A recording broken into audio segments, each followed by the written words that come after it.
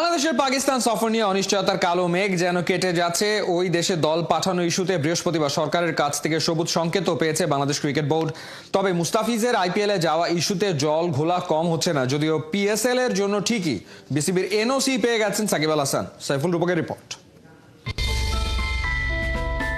বাংলাদেশ দলের একসময় ড্রাইভার প্রাণভোমরা এখন নানা জটিলতায় পড়ে যেন পেছনের সিটের প্যাসেঞ্জার। আইপিএল আর পিএসএল নিয়ে মুস্তাফিজ আর সাকিব নতুন করে আলোচনায়। টানা বেশ কটা মৌসুম এই দুজনই ইন্ডিয়ান প্রিমিয়ার লিগের মঞ্চে বাংলাদেশকে প্রতিনিধিত্ব করেছিলেন। সবশেষ নিলামে দল মেলেনি কারোই, যদিও বুধবার আচমকাই দুই দেশের লিগ থেকেই ওদের ডাক পড়েছে। দিল্লি আর লাহোর দুজন যাচ্ছেন দুই শহরের ফ্র্যাঞ্চাইজিতে। রাউন্ড রবিন লিগের শেষ 3 ম্যাচের জন্য কাটার মাস্টারকে চায় দিল্লি ক্যাপিটালস। আইপিএল নয়, দেশ আগে। তাই তো মোটা অঙ্কের প্রস্তাব পেয়েও চট করেই যেতে পারছেন না মুস্তাফিজ। 17 ও 19 মে শারজায় আরব আমিরাতের বিপক্ষে জোড়া টি20 শেষেই ভারতের বিমান ধরতে হবে ফিসকে। সেক্ষেত্রে 21 ও 24 মের ম্যাচেই বাংলার পেসারের সার্ভিস নিতে পারবে প্লে অফের দৌড়ে থাকা দিল্লি ক্যাপিটালস। প্রশ্ন হলো, দিল্লি যদি প্লে অফে ওঠে মুস্তাফিজকেও রেখে দিতে চায়, তখন কি বিসিবি আবার নতুন করে এনওসি দেবে? তেমন পরিস্থিতি যদি তৈরি হয়ও 2 ম্যাচের বেশি আইপিএলে থাকা হবে না ফিজের, কারণ 27 মে থেকেই পাকিস্তান বাংলাদেশ টি20 সিরিজ গড়ানোর সম্ভাবনা। ইতোমধ্যেই পাকিস্তান সফর ইস্যুতে বাংলাদেশ সরকারের কাছ থেকে সবুজ সংকেত পেয়েছে বাংলাদেশ ক্রিকেট বোর্ড। ভারত পাকিস্তানের যুদ্ধ থেমেছে। শনিবার থেকে মাঠে গড়াচ্ছে আইপিএল ও পিএসএল। দুই লিগেই নানান দেশের ক্রিকেটাররা অংশ নিচ্ছে। সব দিক বিবেচনা করেই হয়তো বিসিবিকে গ্রিন সিগন্যাল দিয়েছে বাংলাদেশ সরকার। এখন ক্রিকেট বোর্ডের অপারেশনস বিভাগের বড় দায়িত্ব প্রত্যেক ক্রিকেটার ও কোচিং স্টাফের সদস্যদের সঙ্গে আলাদা আলাদা কথা বলে পাকিস্তানে যাওয়া ইস্যুতে প্রত্যেকের ভাবনা জানা। কারো কোনো আপত্তি থাকলে নিশ্চয়ই গুরুত্ব দিয়েই ভাববে বাংলাদেশ ক্রিকেট বোর্ড। যদিও আরব আমিরাত যাওয়ার আগে এই ইস্যুটা বোর্ডের কোর্টেই ছেড়ে দিয়েছিলেন কাপ্তান লিটন কুমার দাস। যদি বিসিবি মনে করে আমরা ওখানে ক্রিকেট খেলতে যাওয়ার মতন সিচুয়েশন যদি থাকে, আমরা অবশ্যই খেলতে যাব ওখানে। টিম ম্যানেজমেন্ট এবং ক্রিকেটাররা সায় দিলে পাকিস্তান ক্রিকেট বোর্ডের প্রস্তাব অনুযায়ী 2 দিন পিছিয়ে 27 মে থেকে 5 জুনের মধ্যেই 5 ম্যাচের টি20 সিরিজ খেলবে বাংলাদেশ। সাইফুল রূপক, 71। প্রাইজ মানি বেড়েছে আইসিসি টেস্ট চ্যাম্পিয়নশিপের। 24 লাখ মার্কিন ডলার থেকে বর্তমান চক্রে প্রাইজ মানি বেড়ে দাঁড়িয়েছে 57,60,000 $, অর্থাৎ দ্বিগুণেরও বেশি বেড়েছে প্রাইজ মানি। আর তাতে বাংলাদেশ দলেরও প্রাপ্য টাকা বেড়েছে। রহমান পেয়ারের রিপোর্ট। 1000 কোটির বিসিবি, এবার সেখানে যোগ হচ্ছে আরো 8,75 লাখ টাকা। আইসিসি থেকে এই টাকা আসার পথটা তৈরি করে দিয়েছে টাইগাররা।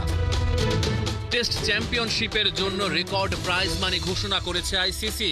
চ্যাম্পিয়ন দল পাচ্ছে 36 লাখ মার্কিন ডলার।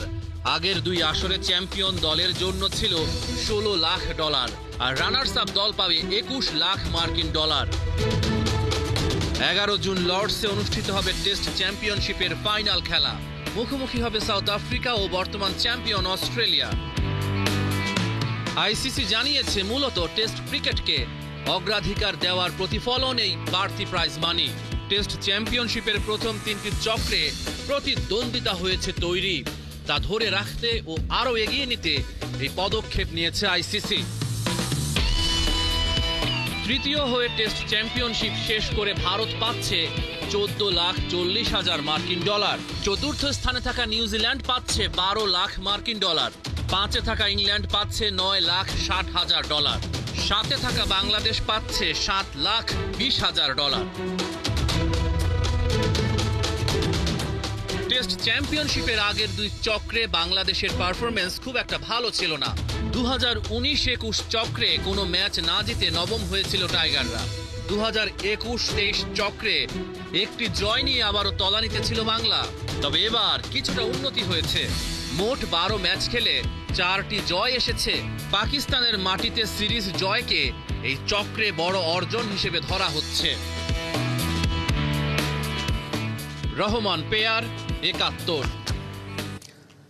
আইপিএল এ দল পেতে না পেতে নানামুখী প্রতিকূলতার মুখোমুখি মুস্তাফিজুর রহমান। একে তো বিসিবির এনওসি মিলবে কিনা সে শঙ্কা রয়েছে, সাথে যোগ হয়েছে ভারতে ওঠা বয়কট দিল্লি ক্যাপিটালস ট্রেন্ড। মূলত বাংলাদেশের সাথে ভারতের চলমান সম্পর্কের নিরিখে মুস্তাফিজকে দলে দেখতে চান না দিল্লির সমর্থকরা। বিস্তারিত পার্থবণিকের রিপোর্টে। বয়কট দিল্লি ক্যাপিটালস, ফেসবুক জুড়ে এই হ্যাশট্যাগ বুধবার সন্ধ্যা থেকেই ভারতে ট্রেন্ডিং লিস্টে, যেখানে ব্যবহৃত হচ্ছে মোস্তাফিজের ছবি, কমেন্ট বক্সে ধুয়ে দেওয়া হচ্ছে বাংলাদেশের কাটার মাস্টারকে। দাবি একটাই, মোস্তাফিজ মুক্ত, দিল্লি চাই। ঘটনার শুরু বুধবার বিকাল 5টা নাগাদ। দিল্লি ক্যাপিটালসের ফেসবুক পেজ থেকে ঘোষণা আসে Aussie opener Jake Fraser McGurk মৌসুমের বাকি সময়ের জন্য অ্যাভেলেবল না থাকায় তার পরিবর্তে নেওয়া হয়েছে মোস্তাফিজকে। ফিজের মূল্য 6 কোটি রুপি।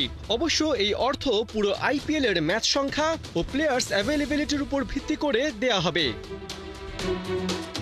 কিন্তু ঘটনা উল্টাতে সময় লাগেনি। কিছুক্ষণ বাদেই সংযুক্ত আরব আমিরাতের উদ্দেশ্যে মোস্তাফিজ রওনা দেন দলের সঙ্গে। যাবার আগে টুইটে জানান, সংযুক্ত আরব আমিরাতের বিপক্ষে খেলতে তাদের দেশে রওনা হচ্ছি, আমাকে দোয়ায় রাখবেন।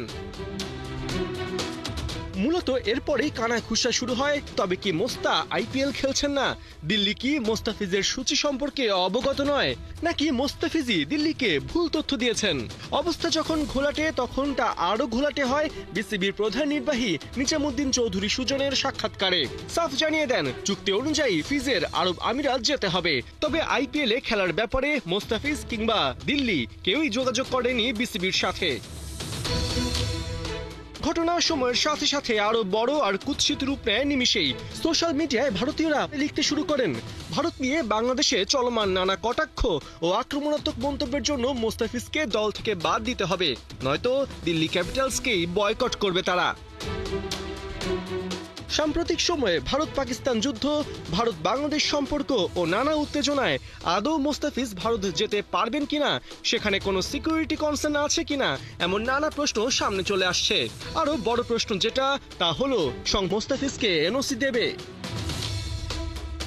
পার্থ বণিক, ৭১। সাউথ আফ্রিকার মার্জিং টিমের বিপক্ষে তৃতীয় আনঅফিসিয়াল ওয়ানডে খেলতে মাঠে নামছে বাংলাদেশি মার্জিং টিম। রাজশাহীতে ম্যাচ শুরু শুক্রবার সকাল 9টায়। 3 ম্যাচের সিরিজে প্রথম 2টাতে একটা করে জয় আছে প্রতি দলের। 2টি ম্যাচই হয়েছে হাড্ডাহাড্ডি। প্রথম ম্যাচে সাউথ আফ্রিকার দেয়া 301 রানের টার্গেট তাড়া করে জেতে বাংলাদেশ। পরেরটাতেও চেস করার মিশন ছিল টাইগারদের, তবে 332 রান তাড়া করে 10 রানে হারে ম্যাচটা। বাংলাদেশ সিঙ্গাপুরের ম্যাচে গ্যালারিতে দর্শক টানতে 2 ঘন্টা আগে থেকে ঢাকা স্টেডিয়ামের ভেতরে বাইরে বিশেষ আয়োজন তো থাকছেই। 8 বিভাগীয় শহরেও পাবলিক এনগেজমেন্ট বাড়াতে অভিনব পরিকল্পনা বাস্তবায়ন করতে যাচ্ছে বাফুফে।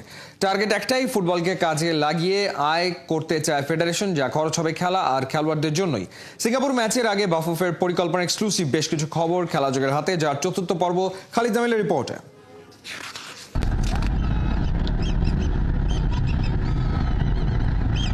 বাংলাদেশের চলচ্চিত্র শিল্প ঠিক সেভাবে বিকাশ ঘটেনি। বছরে হাতে গোনা কয়েকটা সিনেমা হয়তো হয় ভালো মানের, যেগুলো হলে গিয়ে দেখতে পারে বাংলাদেশের সাধারণ মানুষ। কিন্তু এই বড় পর্দার সঙ্গে সাধারণ বাংলাদেশিদের একটা অন্যরকম ভালোবাসা রয়েছে। ধরা যাক সাকিব তামিমদের খেলা, ক্রিকেটে সেই খেলা আপনিও হয়তো দেখেছেন কোনো শিক্ষা প্রতিষ্ঠানে গিয়ে, সেই জায়ান্ট স্ক্রিনে, অথবা রাস্তার ধারের কোনো এক বিলবোর্ডে।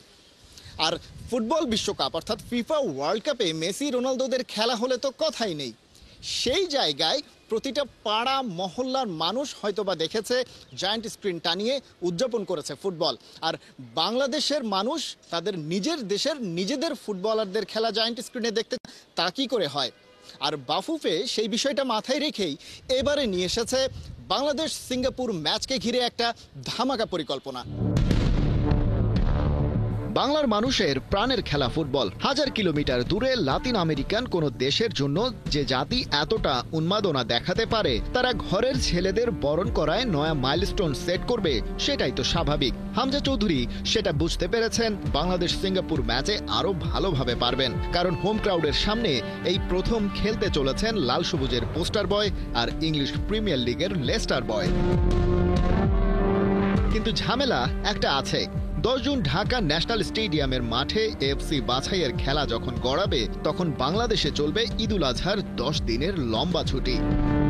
ঈদের ছুটি শুরু হয়ে যাচ্ছে, সেই সময়টাতে চ্যালেঞ্জটা হবে ঢাকার দর্শকদেরকে মাঠে নিয়ে আসা, মানুষগুলোকে ম্যাচের সঙ্গে এঙ্গেজ করার জন্য স্পেশাল কোনো প্ল্যান আপনাদের আছে কিনা?